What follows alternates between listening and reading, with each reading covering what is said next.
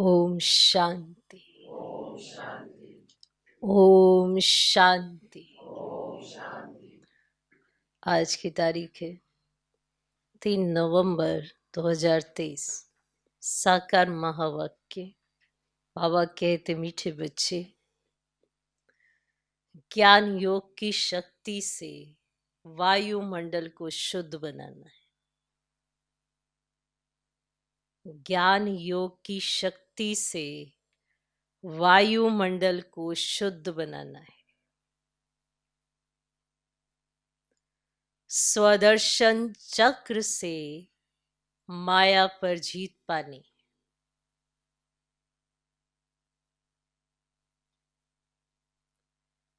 स्वदर्शन चक्र से माया पर जीत पानी। ज्ञान योग की शक्ति से वायुमंडल को शुद्ध बनाना है। वायुमंडल खराब है, अशुद्ध है, मालूम है ना? तो उसे शुद्ध कैसे बनाना है? ज्ञान से, योग से उसे शुद्ध बनाना है। विचारों को शुद्ध बनाएंगे, वायुमंडल शुद्ध बनेगा। ज्ञान की शक्ति होगी, योग की शक्ति होगी तो वायुमंडल शुद्ध बनेगा। और स्वदर्शन चक्र फिराना है, क्योंकि माया तो चारों तरफ है। अभी स्वदर्शन माना मैं कौन, कैसे चक्र लगाया, क्या क्या देखा, कैसे आत्मा में क्या शक्तियां हैं, वो सब चक्कर लगाना पड़ेगा, तभी तो माया पर जीत पाएंगे। जिस चीज का गायन करते हैं कि स्वदर्शन चक्रधारी ब्राह्मण कुलभूषण, तो ये किसके लिए है? ये कौन है? वो ब्राह्मण तो नहीं है, आप ही है ना। तो ये जो टाइटल है, इसको जीना भी तो है। या कह देंगे कि वायुमंडल ही खराब है, माया पर जीत कैसे पाए, चारों तरफ ही माया माया है, हम कैसे जीत पा सकते हैं? हम पा सकते तभी भगवान कह रहे हैं ना। तो ज्ञान योग की शक्ति से वायुमंडल को शुद्ध बनाना है। स्वदर्शन चक्र से माया पर जीत पानी। फिर वायुमंडल ऑटोमेटिक सहयोग देगा। आप शुद्ध बनाएंगे, फिर वो आपको सहयोग देता रहेगा। सही होता है ना। आज का प्रश्न, किस एक बात से सिद्ध हो जाता है कि आत्मा कभी भी ज्योति में लीन नहीं होती? किस एक बात से सिद्ध हो जाता है कि आत्मा कभी भी ज्योति में लीन नहीं होती?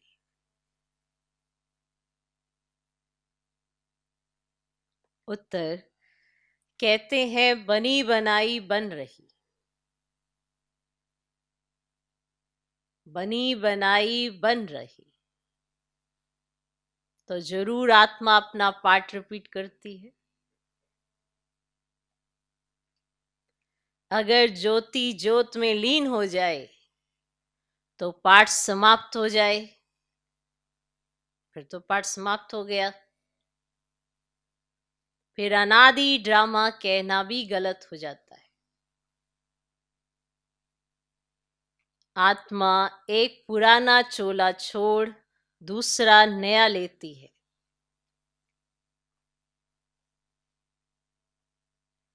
लीन नहीं होती।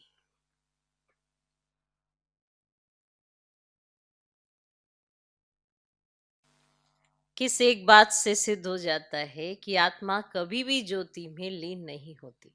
उत्तर, कहते हैं बनी बनाई बन रही तो जरूर आत्मा अपना पाठ रिपीट करती है। अगर ज्योति ज्योत में लीन हो जाए तो पाठ समाप्त हो गया। फिर अनादि ड्रामा कहना भी गलत हो जाता है। आत्मा एक पुराना चोला छोड़ दूसरा नया लेती है, लीन नहीं होती।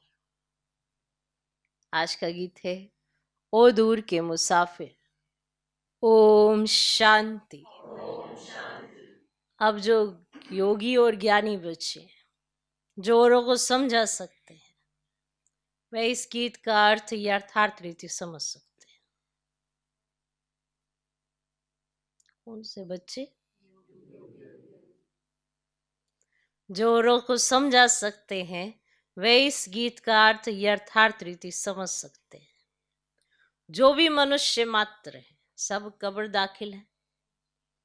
कब्र दाखिल उनको कहा जाता है जिनकी ज्योति उझाई हुई होती है, जगी हुई नहीं, उझाई हुई होती है, जो तमो प्रधान है, जिन्होंने स्थापना की है और जन्म बाय जन्म पालनार्थ निमित्त बने हुए हैं, उन सब ने अपने जन्म पूरे कर लिए। आदि से लेकर अंत तक किस किस धर्म की स्थापना हुई है हिसाब निकाल सकते हैं। हद का जो नाटक होता है उसमें भी मुख्य ड्रामा के क्रिएटर, डायरेक्टर, एक्टर जो होते हैं उनका ही मान होता है। कितनी प्राइज मिलती है, जलवा दिखलाते हैं ना। तुम्हारा फिर है ज्ञान योग का जलवा। अब मनुष्यों को यह तो पता नहीं है कि मौत सामने है। हम इस ड्रामा में कितने जन्म लेते हैं, कहाँ से आते हैं, डिटेल सभी जन्मों को तो हम तुम नहीं जान सकते। बाकी इस समय हमारा भविष्य के लिए पुरुषार्थ चल रहा है। देवता तो बनेंगे परंतु किस पद को पाएंगे उसके लिए पुरुषार्थ करना है। तुम जानते हो इन लक्ष्मी नारायण ने 84 जन्म लिए हैं। अब ये जरूर राजा रानी बनेंगे, फीचर्स भी जानते, प्रैक्टिकल में साक्षात्कार कराते हैं। भक्ति मार्ग में भी साक्षात्कार होते हैं। वे तो जिसका ध्यान करते हैं ना उनका साक्षात्कार होता है। चित्र श्री कृष्ण का सांवरा देखा, उसका ध्यान करेंगे तो ऐसा साक्षात्कार हो जाएगा। बाकी श्री कृष्ण ऐसा सांवरा है नहीं। अब चित्र उनका सांवरा देखा हुआ है, अब जब साक्षात्कार होगा तो वो सांवरा ही देखेंगे। मनुष्यों को इन बातों का ज्ञान तो कुछ भी रहता नहीं। अभी तुम प्रैक्टिकल में हो, सूक्ष्म वतन में भी देखते हो, वैकुंठ में भी देखते हो। आत्मा और परमात्मा का ज्ञान है, आत्मा का ही साक्षात्कार होता है। यहां तुम जो साक्षात्कार करते हो उसकी तुम्हारे पास नॉलेज है। बाहर वालों को भल आत्मा का साक्षात्कार होता है परंतु नॉलेज नहीं है। अब ये तो आत्मा सो परमात्मा कह देते हैं। आत्मा स्टार तो बरोबर है ही, अब यह तो बहुत दिखाई पड़ते हैं।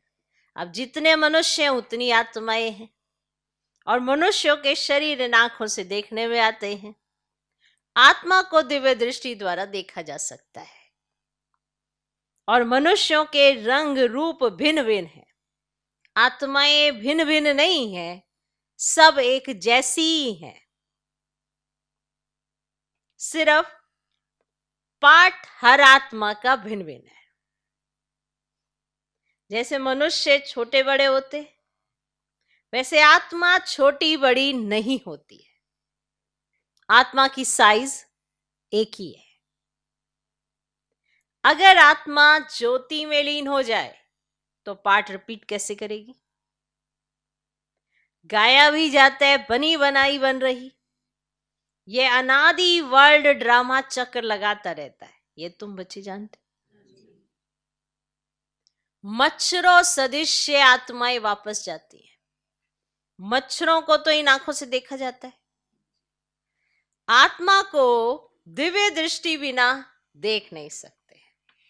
सत्युग में तो आत्मा के साक्षात्कार की दरकार ही नहीं रहती है। समझते हैं कि हम आत्मा को इस पुराने शरीर को छोड़ दूसरा नया लेना है। परमात्मा को तो जानते ही नहीं। अगर परमात्मा को जानते तो सृष्टि चक्र को भी जानना चाहिए। तो गीत में कहते हैं हमको भी साथ ले लो, पिछाड़ी में बहुत पछताते हैं। सबको निमंत्रण मिलता है। कितनी युक्तियां बन रही हैं निमंत्रण देने की। पीस पीस तो सब कहते हैं, लेकिन पीस का अर्थ कोई भी समझते नहीं है। पीस कैसे होती है?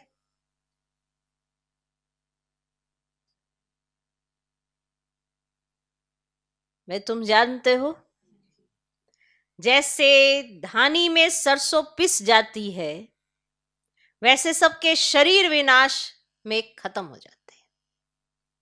आत्माएं नहीं पिसेंगी, वे तो चली जाएंगी। ऐसे लिखा हुआ भी है कि आत्माएं मच्छरों सदृश भागती हैं। ऐसे तो नहीं सब परमात्माएं भागेंगे। मनुष्य कुछ भी समझते नहीं, आत्मा और परमात्मा में क्या भेद है यह भी नहीं जानते। कहते हैं हम सब भाई भाई हैं, तो भाई भाई होकर रहना चाहिए। उनको ये पता ही नहीं कि सत्युग में भाई भाई अथवा भाई बहन आपस में शीरखंड होकर चलते हैं। उनको नहीं पता कि सत्युग में सब भाई भाई भाई बहन सब आपस में शीरखंड होकर चलते हैं। वहां लून पानी की बात ही नहीं है। यहां देखो, अभी अभी शीरखंड है, अभी अभी लून पानी हो जाते। एक तरफ कहते हैं चीनी हिंदू भाई भाई हैं, फिर उनका बुत बनाकर आग लगाते रहते। जिस्मानी भाई भाई की ये हालत देखो। रूहानी संबंध को तो जानते ही नहीं। तुमको बाप समझाते हैं अपने को आत्मा समझना है, देह अभिमान में फंसना नहीं है। कोई कोई देह अभिमान में फंस पड़ते। बाप कहते हैं देह सहित देह के जो भी संबंध है सबको छोड़ना है। ये मकान आदि सब भूलो, सब भूलो। वास्तव में तुम परम धाम निवासी हो। अभी अभी फिर वहां चलना है जहां से पाठ बजाने आए हो। फिर हम तुमको सुख में भेज देंगे। तो बाप कहते हैं लायक बनना है। गॉड किंगडम स्थापन कर रहे हैं। क्राइस्ट की कोई किंगडम नहीं थी। वे तो बाद में जब लाखों क्रिश्चियंस बने होंगे तब अपनी किंगडम बनाई होगी। अब यहाँ तो फट से सत्य की राजाई बन जाती है, तो कितनी सहज बात है।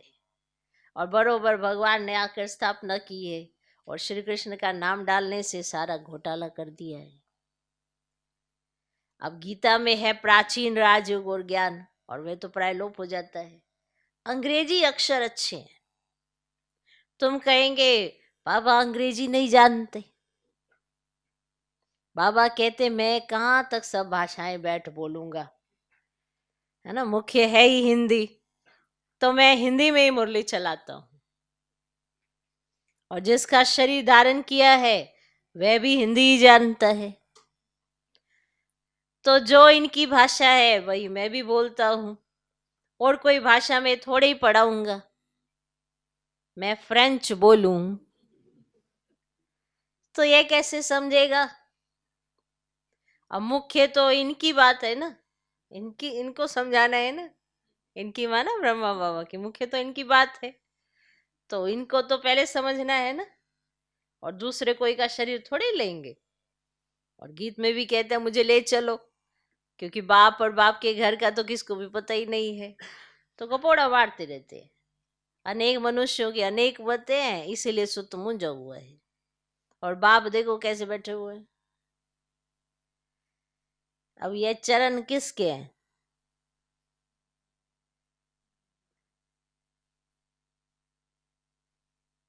अब ये चरण किसके हैं? किसने कहा? शिव बाबा के। और वे तो हमारे हैं ना, मैंने लोन दिया है। और शिव बाबा तो टेम्पररी यूज करते हैं। तो मैंने उस समय शिव बाबा आए थे ना, तो उस समय उन्होंने क्या दिया, ये तो शिव बाबा के। अरे फिर ब्रह्मा बाबा कह रहे ये तो हमारे हैं। तो शिव बाबा तो इसमें टेम्पररी बैठे हैं ना। वैसे ये चरण तो मेरे हैं ना। और शिव के मंदिर में चरण नहीं रखते हैं, तो चरण श्री कृष्ण के रखते हैं। और शिव तो है ही ऊंचते ऊंच, तो उनके चरण कहाँ से आए? हाँ, शिव बाबा ने उधार लिया है। चरण तो ब्रह्मा के ही हैं, और मंदिरों में बैल दिखाया है, और बैल पर सवारी कैसे होगी? बैल पर शिव बाबा कैसे चढ़ेंगे? और शालिग्राम आत्मा सवारी करती है मनुष्य के तन पर। तो बाप कहते हैं मैं जो तुमको ज्ञान सुनाता हूँ ना बच्चे, तो वह प्राय लोप हो जाता है। आटे में नमक मिसल रह गया है तो उसको कोई भी समझ नहीं सकते, और मैं ही आकर उसका सार समझाता हूँ। तो मैंने ही श्रीमत देकर सृष्टि चक्र का राज समझाया था, उन्होंने फिर देवताओं को स्वदर्शन चक्र दिखा दिया है, तो उनके पास तो ज्ञान है ही नहीं। देवताओं के पास कहाँ है ज्ञान? तो ये है ना सारी ज्ञान इनकी बात। आत्मा को सृष्टि चक्र की नॉलेज मिलती है, जिससे माया का सिर काटा जाता है। तो उन्होंने फिर स्वदर्शन चक्र असुरों के पिछाड़ी फेंकते हुए दिखाए हैं। ऐसे असुर आया, ऐसे चक्र फेंका, ऐसे फेंकते हुए दिखाया स्वदर्शन चक्र, जो काटो इसका गला। खुद नहीं भागते, स्वदर्शन चक्र जाता है, ऐसे नहीं भागा भगाई चल रही। असुर दूर खड़ा होता है तो ऐसे चक्र फेंक के मारते। तो इस स्वदर्शन चक्र से तुम माया पर जीत पाते हो। तो कहाँ की बात कहाँ ले गए? और तुम्हारे में भी कोई बड़े ये बातें धारण करो, समझा सकते हैं, और नॉलेज है ऊंची, तो उसमें समय लगता है, और पिछाड़ी में तुम्हारे में ज्ञान और योग की शक्ति रहती है। ये ड्रामा में नूंद है, दोनों की बुद्धि भी नर्म होती जाती है। तुम वायुमंडल को शुद्ध करते हो, कितना ये गुप्त ज्ञान है। और लिखा हुआ है अजामिल जैसे पापियों का उद्धार किया, परंतु उसका अर्थ भी समझते नहीं। तो वह समझते हैं कि ज्योति ज्योत में समा गया, सागर में लीन हो गया, 5 पांडव हिमालय में गल गए, प्रलय हो गई। एक तरफ दिखाते हैं वे राजयोग सीखे, फिर प्रलय दिखा दी है, और फिर दिखाते हैं श्री कृष्ण अंगूठा चूसता हुआ पीपल के पत्ते पर आया। उसका भी अर्थ नहीं समझते। अब वह तो गर्भ मैल में था, अंगूठा तो बच्चे चूसते हैं। कहाँ की बात कहाँ लगा दी है। और मनुष्य तो जो सुनते हुए सत्य सत्य कहते रहते। अब सत्य को कोई जानते नहीं, और झूठ उनको कहा जाता है जो चीज होती ही नहीं। तो जैसे कहते हैं ना परमात्मा का नाम रूप है ही नहीं, तो परंतु उनकी तो पूजा करते रहते हैं। तो परमात्मा है ही अति सूक्ष्म, उन जैसी सूक्ष्म चीज तो कोई है नहीं, एकदम बिंदी है। और सूक्ष्म होने के कारण ही कोई नहीं जानते। भला आकाश को भी सूक्ष्म कहते, परंतु वह तो पोलार है। 5 तत्व हैं, 5 तत्वों के शरीर में आकर प्रवेश करते हैं। वे कितनी सूक्ष्म चीज है, एकदम बिंदी है, और स्टार कितना छोटा है। तो यहाँ परमात्मा स्टार बाजू में आकर बैठे तब तो बोल सके। और कितनी सूक्ष्म बातें, और मोटी बुद्धि वाले तो जरा भी समझ ना सके। तो बाप कितनी अच्छी अच्छी बातें समझाते हैं। ड्रामा अनुसार जो कल पहले पाठ बजाया है वही बजाते हैं। बच्चे समझते बाबा रोज आकर नई नई बातें सुनाते हैं, तो नया ज्ञान होगा ना, तो रोज पढ़ना पड़े। रोज कोई नहीं आते हैं तो फ्रेंड्स के पास जाकर पूछते कि आज क्लास में क्या हुआ। ऐसे होता ना स्कूल में, है? फिर जाते हैं उनके पास कि आज क्लास में क्या हुआ। अब यहाँ तो कोई पढ़ना ही छोड़ देते हैं, बस कह देते अविनाशी ज्ञान रत्नों का वर्षा नहीं चाहिए। अरे पढ़ना छोड़ा तो तुम्हारा क्या हाल होगा? बाप से वर्षा क्या लेंगे? बस तकदीर में नहीं है। यहाँ स्थूल मिल्कियत की तो कोई बात नहीं है, ज्ञान का खजाना बाप से मिलता है। वह मिल्कियत आदि तो सब कुछ विनाश होना है, उसका नशा कोई रख ना सके। तो बाप से ही वर्षा मिलना है। तुम्हारे पास भल करोड़ों की मिल्कियत है, वह भी मिट्टी में ही मिल जानी है। इस समय की ही सारी बात है। यह भी लिखा हुआ है किसकी दबी रहेगी धूल में, किसकी जलाए आग। तो इस समय की बातें ही पिछाड़ी में चली आती है। तो विनाश तो अभी होना है, विनाश के बाद फिर है स्थापना। अभी वे स्थापना कर रहे हैं, तो वह है अपनी राजधानी। तुम दूसरों के लिए नहीं करते हो, जो कुछ करेंगे वह अपने लिए। ऐसे नहीं कुछ आप दूसरों के लिए कर रहे हो, जो कुछ कर रहे हो वह अपने लिए। जो श्रीमत पर चलेगा वह मालिक बनेगा। तुम तो नए विश्व में नए भारत के मालिक बनते हो। नए विश्व अर्थात सतयुग में तुम मालिक थे। अभी ये पुराना युग है, फिर तुमको पुरुषार्थ कराया जाता है नई दुनिया के लिए। कितनी अच्छी अच्छी बातें समझने की है। आत्मा और परमात्मा का ज्ञान, सेल्फ रियलाइजेशन। तो सेल्फ का फादर कौन है? तो बाप कहते मैं आता हूं ना तुम आत्माओं को सिखलाने। तो अब फादर को रियलाइज किया है फादर द्वारा, तो बाप समझाते तुम हमारे सिकिलदे बच्चे हो। कल के बाद फिर से आकर मिले हो वर्षा लेने के लिए, तो पुरुषार्थ करना चाहिए ना, करना चाहिए ना। नहीं तो बहुत पछताना होगा, बहुत सजा खानी पड़ेगी। तो जो बच्चे बनकर और फिर कुकर्म करते हैं उनकी तो बात मत पूछो। ड्रामा में देखो बाबा का कितना पार्ट है, सब कुछ दे दिया। बाबा फिर कहते हैं भविष्य के जन्मों के लिए रिटर्न दूंगा।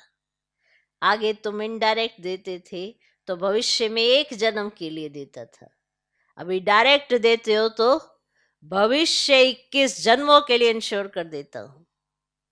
डायरेक्ट इनडायरेक्ट में कितना फर्क है। वे द्वापर कलयुग के लिए इंश्योर करते ईश्वर को, तुम सत्युग त्रेता के लिए इंश्योर करते हो। डायरेक्ट होने के कारण 21 जन्मों के लिए मिलता है। इस पे विचार करके देखो। इनडायरेक्ट एक जन्म, डायरेक्ट 21 जन्म। अच्छा, मीठे मीठे सिकिलधे बच्चों प्रति माता पिता बाप दादा का नंबरवार पुरुषार्थ अनुसार याद प्यार और गुड मॉर्निंग। रूहानी बाप की रूहानी बच्चों को नमस्ते। हम रूहानी बच्चों की भी रूहानी बाप को नमस्ते नमस्ते नमस्ते। Good morning good morning good morning. धारणा के लिए मुख्य सर पहला पॉइंट, अविनाशी बाप से अविनाशी ज्ञान रत्नों का खजाना ले तकदीरवान बनना है।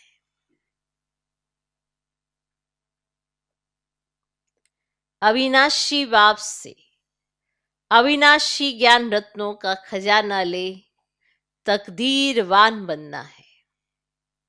नया ज्ञान, नई पढ़ाई रोज पढ़नी है। नया ज्ञान, नई पढ़ाई रोज पढ़नी है। वायुमंडल को शुद्ध बनाने की सेवा करनी है। अविनाशी बाप से अविनाशी ज्ञान रत्नों का खजाना ले तकदीरवान बनना है।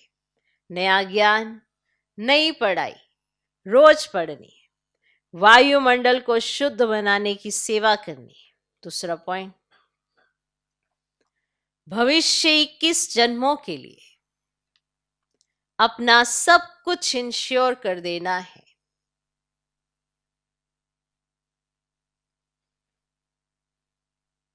भविष्य 21 जन्मों के लिए अपना सब कुछ इंश्योर कर देना है।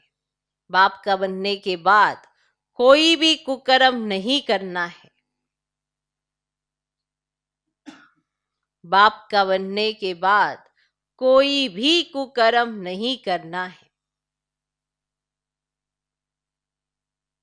आज का वरदान, स्व उन्नति का यथार्थ चश्मा पहन एग्जाम्पल बनने वाले अलवेलेपन से मुक्त भव। स्व उन्नति का यथार्थ चश्मा पहन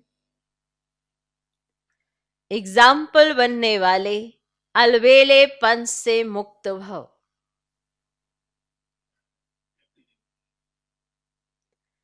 जो बच्चे स्वयं को सिर्फ विशाल दिमाग की नजर से चेक करते हैं उनका चश्मा अलवेलेपन का होता है। उन्हें यही दिखाई देता है कि जितना भी किया है उतना बहुत किया है। अपने आप को ऐसे विशाल दिमाग की नजर से देखते हैं कि मैंने जितना भी किया है ना अभी तक बहुत किया है, मैं इन आत्माओं से अच्छा हूं। थोड़ी बहुत कमी तो नामी ग्रामी में भी है, मानो उन आत्माओं को ऐसे सिलेक्ट कर लेते हैं, इन आत्माओं से भी तो मैं अच्छा हूं, इनसे भी मैं अच्छा हूं, मेरा ज्ञान योग तो इनसे भी अच्छा है, ये तो बहुत पुराने हैं फिर भी इनका ऐसा है, मेरा तो बिल्कुल एकदम एक्यूरेट रहता है, मैं तो नामी ग्रामी से भी अच्छा हूं। लेकिन जो सच्ची दिल से स्वयं को चेक करते हैं, उनका चश्मा यथार्थ स्वोन्नति का होने के कारण सिर्फ बाप और स्वयं को ही देखते, दूसरा तीसरा क्या करता यह नहीं देखते कि मैं इनसे अच्छा हूं, इसे तो मेरा अच्छा ही ज्ञान योग है, इनसे मैं अच्छा हूं, उनसे मैं अच्छा हूं। तो जो सच्ची दिल से स्वयं को चेक करते हैं, उनका चश्मा यथार्थ स्वोन्नति का होने के कारण सिर्फ बाप और स्वयं को ही देखते, दूसरा तीसरा क्या करता ये नहीं देखते। मुझे बदलना है बस, इसी धुन में रहते हैं। मुझे बदलना है बस, क्योंकि अभी सर्वगुण संपन्न तो बने नहीं, तो माना कमियां तो है ना, तो मुझे बदलना है बस, इसी धुन में रहते हैं। वे दूसरों के लिए एग्जाम्पल बन जाते हैं, दूसरों के लिए एग्जाम्पल बन जाते हैं कि लोग उनका उदाहरण देते हैं। आज का स्लोगन, हदों को सर्ववंश सहित समाप्त कर दो तो बेहद की बादशाही का नशा रहेगा। हदों को सर्ववंश सहित समाप्त कर दो तो बेहद की बादशाही का नशा रहेगा। देखो, बेहद की बादशाही माना हद से ऊपर, और बेहद का बाबा जिसके साथ, बेहद की बादशाही उसके साथ। तो ये जो हदें हैं, इसकी बुद्धि में स्पष्ट पिक्चर होनी चाहिए, इनको तो हमने छोड़ना है। हर हद की वो चीज तो छोड़नी है, जाना तो बेहद में है। बेहद का बाप भी यही शिक्षा देते। तो अगर आपको बेहद की बादशाही का नशा रखना है अपने अंदर, तो हदों को छोड़ना है और उसका वंश सहित समाप्त कर दो। तेरा मेरा मेरा मेरा, ये हद जो डाली हुई है, इससे ऊपर उठ जाओ तो बेहद की बादशाही आपकी। तो हदों को सर्ववंश सहित समाप्त कर दो तो बेहद की बादशाही का नशा रहेगा। ओम शांति।